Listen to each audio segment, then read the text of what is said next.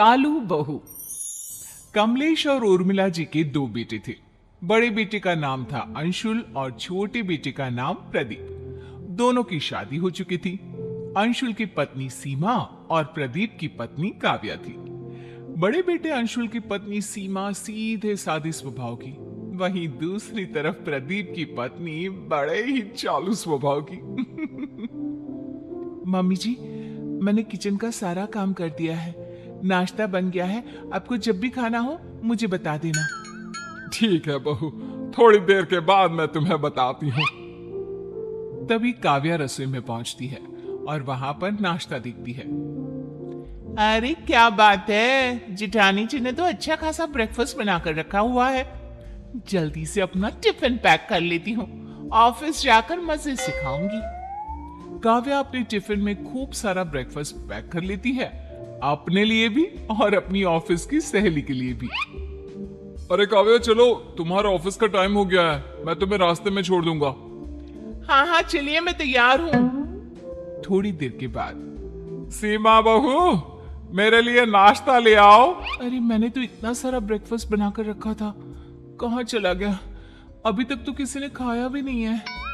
अरे क्या हुआ बहू, नाश्ता लाने में इतनी देर क्यों लग रही है?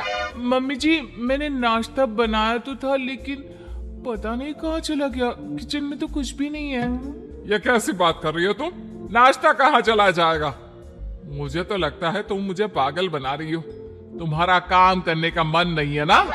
नहीं नहीं मम्मी जी, ऐसी कोई बात नहीं है, मैंने सच में ब्रेकफास्ट बनाया था। शाम को काव्या ऑफिस से लौट कर आती है और वो डिनर बनाती है। खाना खाते वक्त उर्मिला जी अपनी नाराजगी दिखाती है। काव्या बहू, तुमने तो खाना पूरा बनाया है ना, कम तो नहीं पड़ जाएगा? मम्मी जी क्या बात है, आप ऐसा क्यों कह रही हैं? हाँ मम्मी, हमारे घर में तो नाश्ता खाना सब कुछ पूरा ही बनता है, आप आज ऐसे क्यों पूछ रही हैं? अरे बेटा, ये तो तू अपनी बीवी से ही पूछ। सुबह मेरे लिए नाश्ता ही नहीं बनाया। अरे भाभी, आपने ये क्या किया?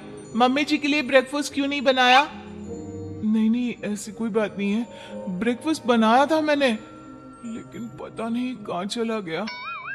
अरे भाभी, घर में रखा हुआ नाश्ता कहाँ गायब हो जाएगा? आप भी कैसी बातें करती हैं? कोई बात नहीं मम्मी जी, मैंने खूब सारा खाना बनाया है, आप आराम से खाइए। हो सकता है भाभी का मन ना हो नाश्ता बनाने का, सीधे सीधे तो वो आपसे कह नहीं सकती, क्यों भाभी? सबकी बातें सुनकर सीमा चुपचाप रह जाती है। और फिर एक दिन, देखो बच्चों, अब हमारी उम्र हो चली है, हमारी जो भी जमा पूंजी है, मेरा मतलब है कि तुम्हारी माँ के गहने वगैरह, हम चाहते हैं कि वो अब हम तुम्हें दे दें। अब तुम लोग उनकी देखभाल करो और अपने पास रखो। लेकिन पापा, आप है ना सब संभाल कर रखने के लिए। अरे पापा जी ठीक ही तो कह रहे हैं, कल को भगवान न करे उनकी तबीयत ऊपर नीचे हो जाए, कुछ हो जाए। अब इस उम्र में किस चीज का क्या पता है ना? बहुत सही कह रही है। देखो बेटा, बाकी सारी चीजें तो मेरे पास दो है, लेकिन ये जो बड़ा वाला हार है ना, ये बस एक ही है। कोई बात नहीं मम्मी जी, ये हार आप अपने पास रख लीजिए और बाकी की चीजें आप चाहे तो हम दोनों को दे सकती हैं। लेकिन मम्मी जी, आप इस उम्र में इसे कैसे संभालेंगी? अरे कहीं इधर उधर रखकर भूल गई तो? बहुत सही कह रही है, लेकिन प्रॉब्लम यह है कि हम इस हार को तुम दोनों में से किसे बांटे? हाँ पापा, ये बात तो सही है, लेकिन कोई बात नहीं, अंशुल भैया बड़े हैं, आप चाहे तो ये उनको दे दीजिए। हाँ वैसे आप ठीक ही कह रहे हैं मम्मी जी, ये हार आप सीमा भाभी को ही दे दो। अरे नहीं नहीं, इस पर तुम्हारा भी पूरा अधिकार है।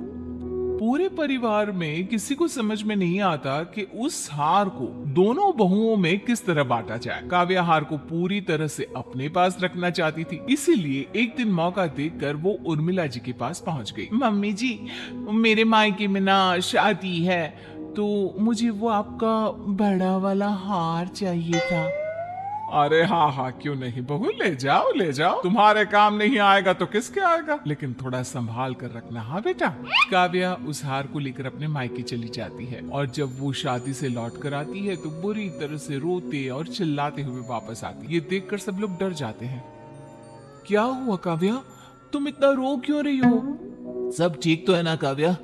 तुम्हारी हालत देखकर लग रहा है कि कुछ हो गया है। काव्या क्या हुआ? मैंने तुम्हें पहले ही अकेले जाने से मना किया था। क्या बताऊं, रास्ते में किसी ने मेरा पर्स छीन लिया और उसमें से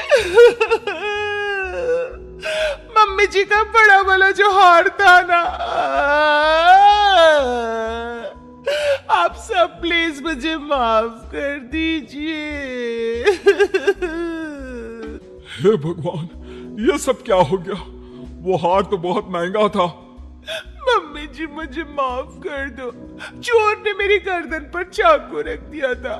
अगर मैं उसे वो हार नहीं देती तो वो मुझे मार देता। और कोई बात नहीं बहू, हार तो बहुत आ जाएंगे। भगवान का शुक्र है कि तुम ठीक हो। हाँ ठीक कहते हैं आप। अगर हमारी बहू को कुछ हो जाता तो। तुम हार की चिंता मत करो काव्या, हम दूसरा हार बनवा लेंगे, तुम अपना ख्याल रखो। कुछ दिनों के बाद एक दिन अचानक काव्या की मम्मी काव्या के ससुराल आ जाती है।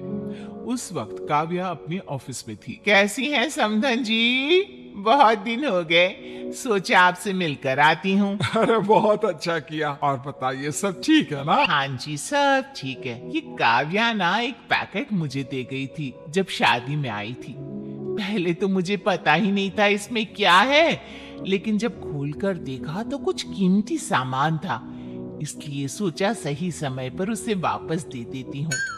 अच्छा, जरा दिखाइए क्या है इसमें। उर्मिला जब उस पैकेट को खोलकर देखती है तो उसमें वही वाला हार निकलता है जिसके लिए काव्या ने कहा था कि वो चोरी हो गया है। जब काव्या ऑफिस से लौट कर आती है। काव्या, तुमने हम सबसे झूठ बोला। ये हार तुम्हारी मम्मी देकर गई है। काव्या, तुम्हें इस तरह झूठ बोलने की क्या जरूरत थी? बहू, अगर तुम्हें ये हार चाहिए था तो सीधे सीधे कह देती। मुझे माफ कर दीजिए, मुझे लगा कि मैं अपनी चालाकी से हार खोने का नाटक करूंगी और फिर वो हमेशा के लिए मेरे पास ही रहेगा। और मुझे क्या पता था कि मेरी अपनी मम्मी ही मेरी चालाकी को सबके सामने इस तरह खोल कर रख देगी। I am sorry.